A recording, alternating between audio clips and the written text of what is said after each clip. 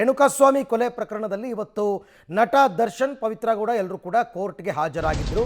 ಈ ಸಂದರ್ಭದಲ್ಲಿ ಮತ್ತೆ ಒಂದಾದ್ರ ದರ್ಶನ್ ಮತ್ತು ಪವಿತ್ರ ಗೌಡ.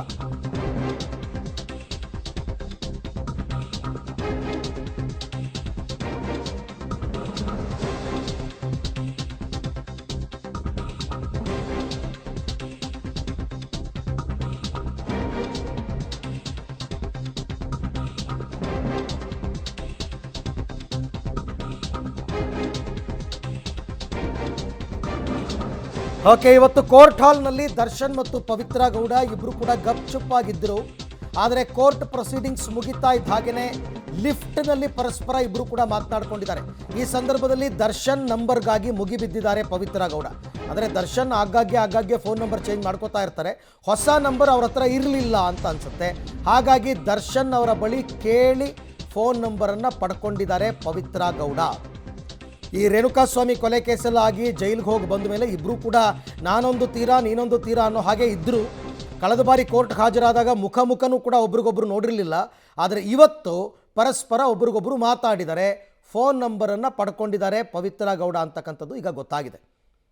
ಇಷ್ಟು ದಿವಸ ದರ್ಶನ್ ಅವರ ಫೋನ್ ನಂಬರ್ ಇಲ್ಲದೆ, ಅವರ ಕಾಂಟ್ಯಾಕ್ಟ್ ಇಲ್ಲದೇ ತುಂಬ ಒದ್ದಾಡಿರಬಹುದು ಪವಿತ್ರ ಗೌಡ ಅವರು.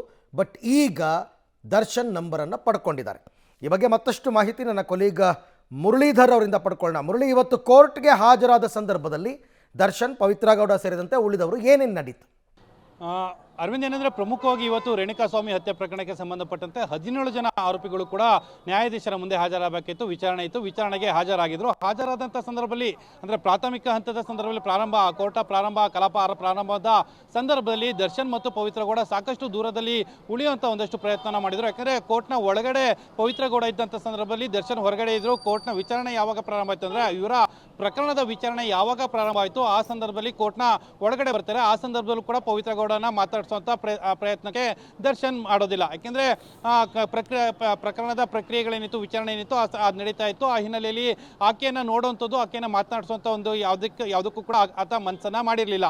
ಅದಾಗಿ ಯಾವಾಗ ಕೋರ್ಟ್ನ ಕಲಾಪಗಳು ಮುಗಿತು, ವಿಚಾರಣೆ ಮುಗಿದ ಬಳಿಕ ಜುಲೈ 7ನೇ ತಾರೀಕಿಗೆ ಮತ್ತೊಮ್ಮೆ ವಿಚಾರಣೆಗೆ ಹಾಜರಾಗಬೇಕು ಅಂತೇಳಿ ಕೋರ್ಟನ್ನು ಸೂಚನೆಯನ್ನು ಕೊಟ್ಟ ಬಳಿಕ ತರಾತುರಿಯಲ್ಲಿ ಕೋರ್ಟ್ನ ಹಾಲ್ನಿಂದ ದರ್ಶನ್ ಹೊರ ನಡೀತಾರೆ. ಅವರ ಹಿಂಬದಿಯಿಂದನೇ ಪವಿತ್ರ ಗೌಡ ಕೂಡ ತರಾತುರಿಯಲ್ಲಿ ಹೋಗುವಂಥದ್ದು. ಹೋದಾದ ಬಳಿಕ ಲಿಫ್ಟ್ನಲ್ಲಿ ಅಂದರೆ 4ನೇ ಫ್ಲೋರ್ನಿಂದ -1 ತನಕನೂ ಕೂಡ ಅವರಿಬ್ಬರು ಕೂಡ ಲಿಫ್ಟ್ನಲ್ಲಿ ಪ್ರಯಾಣವನ್ನು ಬೆಳೆಸ್ತಾರೆ. ಆ ಸಂದರ್ಭದಲ್ಲಿ ದರ್ಶನ್ ಅವರ ಬಳಿಯಲ್ಲಿ ನಂಬರ್ಗೆ ಅಂದರೆ ಅವರ ಫೋನ್ ನಂಬರ್ ಏನಿತ್ತು, ಈ ಪ್ರಕರಣ ಬೆಳಕಿಗೆ ಬಂದಾದ ಸಂದರ್ಭದಲ್ಲಿ ಆ ನಂಬರನ್ನು ಎಕ್ಸ್ಚೇಂಜನ್ನು ಮಾಡ್ಕೊಂಡಿರ್ತಾರೆ. ಆದರೆ ಇಬ್ಬರು ಕೂಡ ಸಂಪರ್ಕಕ್ಕೆ ಸಿಕ್ಕುವಂಥ ಸಾಧ್ಯತೆಗಳು ತೀರಾ ಕಡಿಮೆ ಇತ್ತು. ಯಾಕೆಂದರೆ ಪದೇ ಬೇರೆ ಕಡೆ ಹೋಗುವಂಥ ಸಂದರ್ಭದಲ್ಲೂ ಕೂಡ ಯಾವುದೇ ರೀತಿಯ ಇವರಿಬ್ಬರ ನಡುವೆ ಸಂಭಾಷಣೆ ಆಗಲಿ ಅಥವಾ ಸಂವಹನ ಆಗಲಿ ಯಾವುದು ಕೂಡ ನಡೀತಾ ಇರಲಿಲ್ಲ. ಅದಕ್ಕೋಸ್ಕರ ಇವತ್ತು ಲಿಫ್ಟ್ನ ಒಳಗಡೆ ನಂಬರ್ ಬೇಕು ಅಂತೇಳಿ ಹಠಕ್ಕೆ ಬಿದ್ದಂಥ ಪವಿತ್ರ ಗೌಡ ಕೊನೆಗೂ ಕೂಡ ದರ್ಶನ್ ಅವರ ಬಳಿಯಲ್ಲಿ ನಂಬರನ್ನು ಪಡ್ಕೊಂಡಿರೋಂಥದ್ದು.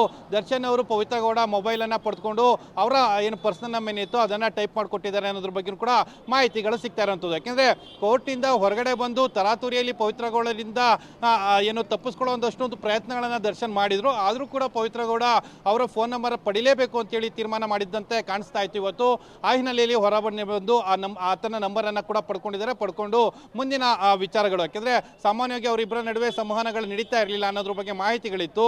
ಈ ಸಂದರ್ಭದಲ್ಲಿ ಫೋನ್ ನಂಬರ್ ಎಕ್ಸ್ಚೇಂಜ್ ಆಗಿರೋ ಸಂದರ್ಭದಲ್ಲಿ ಮುಂದಿನ ಪ್ರಕ್ರಿಯೆಗಳು ನೋಡಬೇಕಾಗಿರುವಂಥದ್ದು. ಅರವಿಂದ್, ಅಲ್ಲಿಗೆ ಇವರಿಗೆ ಜಾಮೀನು ಸಿಕ್ಕ ನಂತರ ಮುರಳಿ ಯಾವುದೇ ಸಂದರ್ಭದಲ್ಲಿ ಯಾವುದೇ ರೀತಿಯಲ್ಲೂ ಕೂಡ ಪರಸ್ಪರ ಒಬ್ರಿಗೊಬ್ರು ಕಾಂಟ್ಯಾಕ್ಟ್ನಲ್ಲಿ ಇರಲಿಲ್ಲ ಅಂತಕ್ಕಂಥದ್ದು ಈಗ ಸ್ಪಷ್ಟ ಆಗ್ತಾ ಇದೆ ಅಂತ.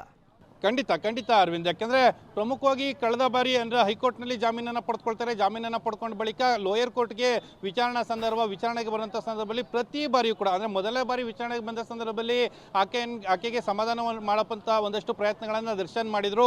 ದರ್ಶನ್ ಮಾಡಿದ ಬಳಿಕ ಮುಂದಿನ ವಿಚಾರಣೆಗಳೇನಿತ್ತು ಅಂದರೆ ಪ್ರತಿ ವಿಚಾರಣೆಗಳು ಈಗ ಜಾಮೀನು ಪಡೆದ ಬಳಿಕ 5 ಬಾರಿ ವಿಚಾರಣೆಗೆ ಬಂದಿದ್ದಾರೆ. 5 ರೈಟ್. ಥ್ಯಾಂಕ್ ಯು ಮುರಳಿ, ತಮ್ಮ ಎಲ್ಲ ಮಾಹಿತಿಗಾಗಿ ಧನ್ಯವಾದ. ಸೊ ಒಟ್ಟಾರೆ ರೇಣುಕಾಸ್ವಾಮಿ ಕೊಲೆ ಪ್ರಕರಣವಾಗಿ ಎಲ್ಲರೂ ಕೂಡ ಜೈಲು ಸೇರಿ ಜಾಮೀನು ಪಡೆದು ಹೊರಬಂದ ನಂತರ ದರ್ಶನ್ ಮತ್ತು ಪವಿತ್ರ ಇಬ್ಬರು ಕೂಡ ಕಾಂಟ್ಯಾಕ್ಟ್ನಲ್ಲಿ ಇರಲಿಲ್ಲ. ಯಾಕೆಂದರೆ ದರ್ಶನ್ ಅವರು ನಂಬರನ್ನು ಬದಲಾಯಿಸ್ಕೊಂಡಿದ್ರು. ಆ ಹೊಸ ನಂಬರ್ ಪವಿತ್ರ ಅವರಿಗೆ ಸಿಕ್ಕಿರಲಿಲ್ಲ. ಇವತ್ತು ನಂಬರ್ ಎಕ್ಸ್ಚೇಂಜ್ ಆಗಿದೆ ಅಂತಕ್ಕಂಥದ್ದು ಗೊತ್ತಾಗ್ತಾ ಇದೆ. ಅಲ್ಲಿಗೆ ಇನ್ನು ಮುಂದಕ್ಕೆ ಅವರು ಮಾತನಾಡ್ಕೋಬೋದು. ಯಾಕೆಂದರೆ ಪವಿತ್ರ ಅವರೇ ಹೇಳಿದ ಪ್ರಕಾರ 10 ವರ್ಷಗಳ ಸುದೀರ್ಘವಾದ ಸಂಬಂಧ ಅಂತ.